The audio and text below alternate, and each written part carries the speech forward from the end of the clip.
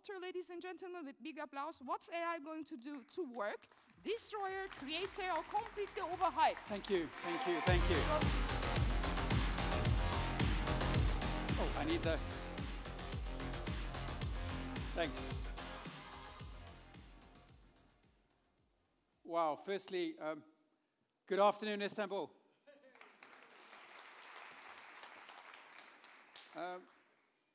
So perhaps to start, two questions. Firstly, why should you listen to me? And then secondly, why am I here? So I've been involved with HR technology almost as long as Donald. I studied HR and labor law at university. I got into computers by mistake.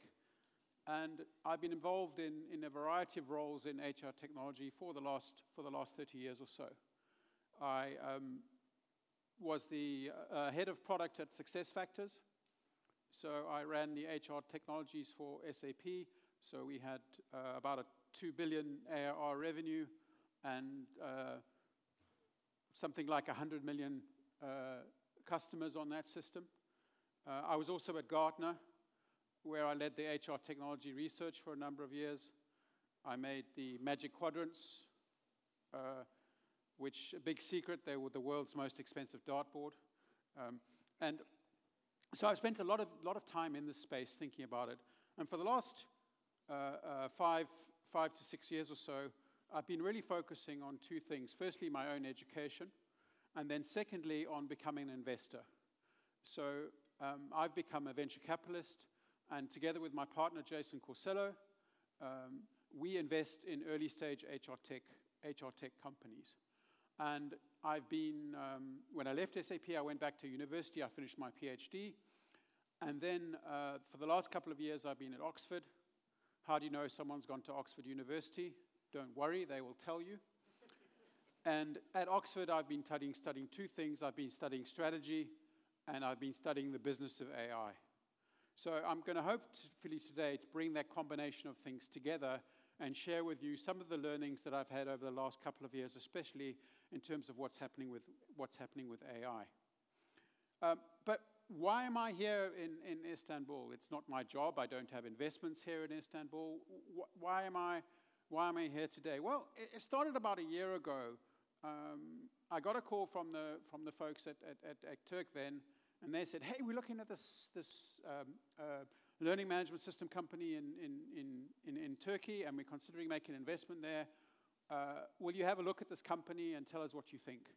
And so I do a bit of this work. It's part of my work. And so I started to look at this company, and I thought I knew the space, and I was really amazed at the energy in this company and the market position that they developed in the Turkish market. So I became very excited about the company. And then I came over here and I met the team. And so we now have a relationship where I advise in Qatar. And I think it's a fantastic business. And I'm very excited about the future of the business. And it's a pleasure to be here and meet so many of the customers of the business. But it's super interesting for me to work with a company that's in a market like this, because it's kind of unusual from what I normally do. I grew up in South Africa, in case you're trying to understand where my accent is from, but I now live in Germany. I've been trying to learn to speak German for 20 years. I'm still not very good at it, so I won't bore you. I won't speak to you in German today. But so I'm going to spend, 14 minutes and 27 seconds talking to you about what's happening with AI, right? And these are very much my own perceptions. The first thing I would suggest that you do when it comes to AI is buy some books, right? So I've been spending a lot of time reading, and there's something very special about reading a proper paper book. But I now have a whole library of books on AI. Some of them I've read, some of them I haven't read. But I've gone through this education process in trying to understand the impacts of AI and machine learning, to understand a little bit of the maths behind it. It's been challenging me to understand the maths, because I nearly failed maths at school. But I've started to come to grips with some of the technologies behind AI. And if someone who nearly failed maths at school can start to understand how AI works, then I think anybody in this room can do the same. So one of the things I'm going to be talking today about is the impact that AI has on work. And anybody want to guess what this job was? Right. So at the end of the last century, in the Victorian times in England, people had to go to factories to go to work, right? But most people didn't have alarm clocks or watches. And they had to get up early to go to the shift in the factory at 4 o'clock in the morning to work the machine. So there was actually a job to wake people up. And these people would go and they would tap on the window. And I think the one on the left's got the coolest job. If I was 10 years old, I would want that job, right? You have to shoot with a pea shooter at the window to wake someone up. That job no longer exists. Right? What's interesting, if you look on the right, though, this one here, you can see a car. Right? That car looks like it's from about 1935. So there were still people doing this job even in 1935. So jobs change, jobs stay the same. So this is another picture from roughly the same time. And in 1894, both in New York and London, there was real concern about the amount of manure on the streets. And there was a conference, and lots of clever people got together and said, we've got a real problem. Because if things carry on the way they are, right, we will have 3 meters of horse manure on every street. And we won't be able to move, and everyone will get infections, and everyone will get sick because of all this horse manure. What are we going to do? How are we going to cope with this? How are we going to change? How are we going to manage it? You know, as we all know, the car came along in the meantime, and that's no longer a problem. Right? The point I'm trying to make here in a roundabout way is it's almost impossible to predict the future. Right? Right? You cannot predict where AI is going, and you cannot predict what AI is going to do to work. You can have a guess, you can make an estimate, and lots of clever people will have presumptions and ideas, and some of them will be better than others, but we simply don't know. Right? And that's probably the point that I'm going to give you today. It's okay to say, I don't know. Right? And in fact, often with this AI stuff, I don't know is the best answer. The people that come to you that have a convincing answer that say AI can do everything are probably wrong. Right? So again, to put it into proper English, strengthen your bullshit detector. So in 1927, this was from the Minister of Labor in America. He was the most important one looking after labor. And he got into a big panic about mechanization. Because at the time, let's think about this was the height of the evolution of the production line, of the way that cars were being built. This was the height of the Model T car and the growth of manufacturing in America. And this guy got in a complete panic about the impact that mechanization was going to have on the workplace. And said, we need to stop mechanization, we need to take a break, nothing like this before, right? Yeah. Did we stop? No. Right? Did people get unemployed? Yes, for a little while. But the jobs that emerged since then, we couldn't recognize today. Right? So we see that today, right? We have lots of clever people, right? Much more successful than anybody in this room, much cleverer than all of us put together, making these kind of predictions. And I'd say, go ahead, make these kind of predictions. But there's as much chances of him being wrong as of him being right. So if we look at unemployment today, for all this talk of AI replacing jobs and moving things out, we are in a situation globally where almost everywhere we have a shortage of jobs. We have a shortage of people in jobs. Specific skills, perhaps. Sure, there are pockets of unemployment. There are areas of the massive unemployment in parts of Africa, for instance. But we see most generally, we see the very, very low unemployment figures around the world, right? And this is due to the forces of demographic change. They are simply the numbers, the low birth rates and so on, mean that there are fewer people to do work, right? We see it, for instance, in truck drivers. For all the talk of AI automation of driving, we are still some way away from putting truck drivers out of work. You get a German word for the day, but in the German economy at the moment, this is one of the biggest worries, is the lack of skilled people. So, as we start to look at AI, we start to see that yes, AI can help us with productivity. Right? And the research, the strong research is showing that it can help us in specific use cases. Right? So AI is not complete nonsense. And there are specific use cases where it can actually drive productivity. There was a very good study done by Brynjolfsson, which looked at using Gen AI in call centers.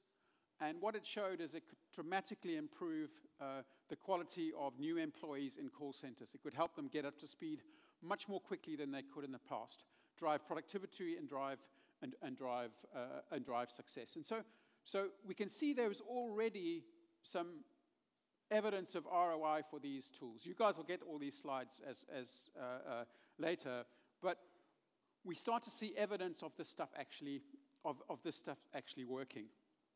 And one of the areas where we are seeing a lot of interest is this idea that we can start to think about skills at a more granular level and a more robust level than we ever done in the past.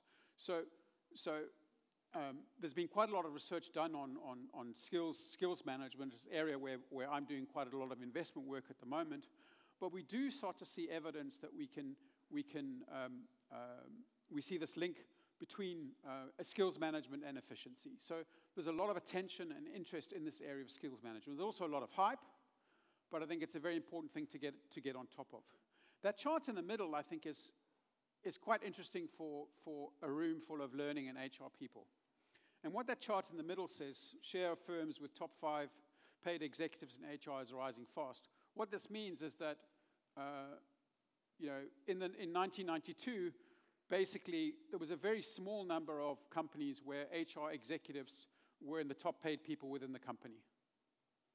Whereas now we're at a point where that is growing significantly. So we see in some companies now we get 13% of companies. I think the stat is in the US, have an HR director in the top paid people in the company. So that starts to show this shift of importance back towards HR. And I picked this up, I woke up in the middle of the night, last night, and because I forgot to switch my phone off, and this popped up, and it was from Accenture's financial results from yesterday. And Accenture announced their financial results. They were pretty good. Accenture's share price went up a bit. But what struck me was that Julie Sweet, who's the CEO of Accenture, spent some time in the press release and apparently in the press conference talking about training and learning and how Accenture was training its workforce for AI, right? And they have roughly 57,000 people at Accenture whose work is predominantly AI focused, right? And they increased the training focus by 10% last year, right? And they grew their AI business by 10x, right? And they're spending roughly $1 billion on training, and their training is roughly 60 hours per person. So what was really cool about this is the CEO of Accenture spending time in the annual press conference where she's got maybe 15 minutes to talk about the company. She spends a quarter of that time talking about L&D. So if you want a good book that looks at, it's kind of a positive book about AI, but this guy he's from Wharton in the US, the professor at Wharton. He's really good at like looking at AI positively, but also with a certain amount of pragmatism. You know? And he looks especially at real use cases in business. If you follow him in LinkedIn, I found him one of the best sources of that positive go-hung American attitude towards AI, but grounded in robust academic research. What you need to be careful of, though, with AI is what's called snake oil, or an English case for this is the carbolic smoke ball. One of the things I studied early on in my career was law. I was going to be a lawyer, and I ended up not being a lawyer. But the first case you study when you go to law school in an English system is the carbolic smoke ball case. And it was a case from the end of the 19th century where these people promised a cure for flu, for influenza. And there was this smoke ball that you inhaled the smoke, and the smoke would kill the flu, right? And this woman took the tablet, took the smoke, and it didn't cure her. So she went after the company. Unfortunately for the company, her husband was a lawyer, and they won the case. And basically the case was, don't lie in advertising. That's a summary of the case. And unfortunately today people forget about this case, but always when I see something that is too good to be true, I think back to the carbolic smoke ball. And what you need to do is you need to develop your own carbolic smoke ball when people talk to you about AI. So AI has the potential to do great good. It also has the potential to do harm. Right? So again, as you look at AI, you need to think about what is this doing in terms of things like bias, right? What is it doing in terms like accessibility, in terms of things like how does it address people who perhaps don't have a mobile phone, people who are perhaps not connected online? How do you view ethics around AI? And what I'd say is that HR leaders are in a very, very important position in organizations, because they should really be taking the lead on AI ethics. Right? It's really, really, really important. Right? And again, the more you can learn about statistics, and the more you can learn about the basics behind AI, the better you will be at understanding when you see BS. Okay. So another couple of great sources for you. Hilke Schellman's book on the algorithm is a fascinating read. She's a journalist, and she looks at the misuse of AI in HR. And it's a fascinating read. And then for those of you that are more technical, here's a really good book that looks at machine learning fairness. And the last point I'm going to make for corporate leaders is it's easy for me to get excited about AI. I'm an investor. Right? I don't really have a day job. Right? I just give money away. That's my job. Right? I hope that I get it back at some point, but my job is to give money away. Right? Your job is actually run whole departments, keep businesses going, and you get a whole bunch of people talking to you about AI. And what you need to learn is learn from Riley and Tushman about this idea of being able to exploit and explore. In your business, you need to be able to figure out, you need to be able to run your business efficiently, but you also need to create space for innovation. And you need to balance these two cultures together because they're quite different. The things you need to do to be efficient are often quite different from the things you need to do to be innovative. And you need to look at your day or your week and your year and say, how much time am I spending, exploiting, doing the same thing slightly better every day? And where am I genuinely exploring and looking for new ideas? So spend some time exploring. So just to finish off, my advice to HR and learning leaders today, right? If I can learn about AI, having almost failed maths at school, you can learn about AI, right? Right? Skill yourself, upskill yourself about AI, learn about it, understand it. You don't have to become a mathematician, but it's amazing what happens when you start to understand a little bit how these systems work. And on the one hand, it's miraculous, but on the other hand, it takes away the fog of BS. As HR leaders and as learning leaders, AI ethics is an important problem or important opportunity and one you can grasp and lead in your organization. Your employees are already learning about AI. They're already playing with it. They're already doing it. Right? Help them. Right? Learn to balance that exploit and explore. Don't do it on your own. Partner with IT. Partner with your business users to find out the real use cases that are important for them.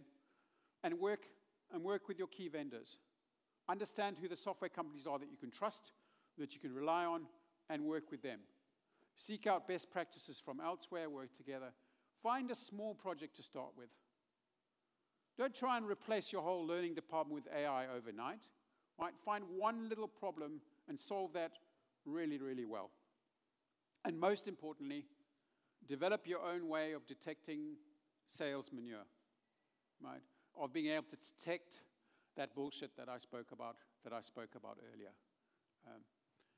It's been super to be back in Istanbul. It's a beautiful city, and I'm very grateful to having the opportunity to come back with you today. I'm really excited about the future of Otter. I think it's as a company, it's sitting on a cusp of something very special, and I look forward to being back again and seeing you all in the future. Thank you very much.